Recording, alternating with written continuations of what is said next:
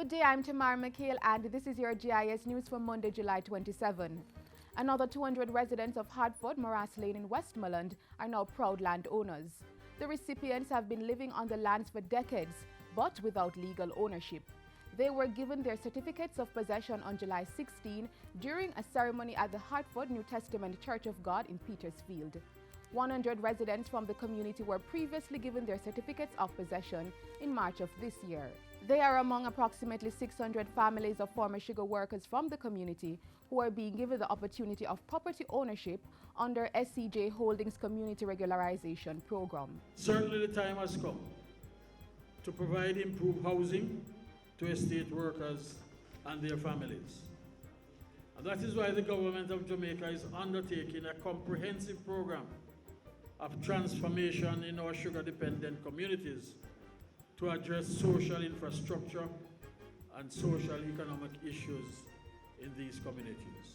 At the Hartford handing over ceremony, CEO of SCJ Holdings Limited, John Gale, announced that an interim committee of management had been established to help give oversight in the process. And that to comprise persons from within this local area whose primary role is to interact with the residents, to give us feedback as to concerns and to help suggest improvement in the way we deliver to you the service we plan to deliver. Motorists are being encouraged to use their old license plates to proceed with licensing their motor vehicles, as there continues to be a shortage of private motor vehicle license plates in the island.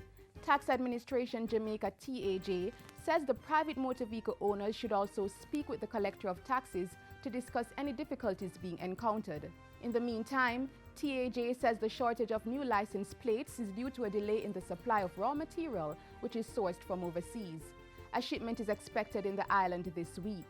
TAJ says it has put strategies in place to quickly distribute the license plates to its various offices once they have been delivered by the supplier. Jamaican and other Caribbean manufacturers were educated on how to maintain the brand of commercial goods that trade on the regional and international markets during a recent workshop. The Jamaica Intellectual Property Office collaborated with Caribbean Export to host the workshop on the topic, Branding and the Use of Geographical Indications in the Development of Management Strategies for Origin-Linked Products.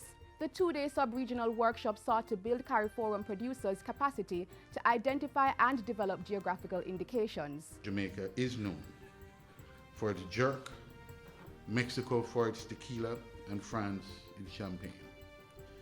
However, without the protection of geographical indications, these notable niche products can easily be misrepresented by others riding on their goodwill. The workshop is a critical step in protecting our unique and distinctive Caribbean products. Among the topics addressed at the workshop were building brand value, the process of registration of a geographical indication, supply chain analysis, and intellectual property. The Justice Ministry is leading Jamaica's observation of Human Trafficking Week from July 24 to 31. The week will coincide with the first ever observation of World Day Against Human Trafficking, which will be marked on July 30 this year. It was determined that such a day was necessary to raise awareness of the situation of victims of human trafficking and for the promotion and protection of their rights. The Justice Ministry's Permanent Secretary was speaking at a JIS think tank on Friday. She revealed that after drug dealing, trafficking in persons was tied with illegal arms as the second largest organized criminal industry in the world. It is estimated that 27 million people worldwide are trapped in the modern form of human slavery, with women accounting for the majority of victims. The Permanent Secretary said a 2007 research study on the nature of the problem locally was being updated and should be completed by August 31. And finally, national emancipation and independence celebrations began on Sunday with church services across the island. The national Thanksgiving service was held at the St. Diego de la Vega Cathedral in Spanish Town.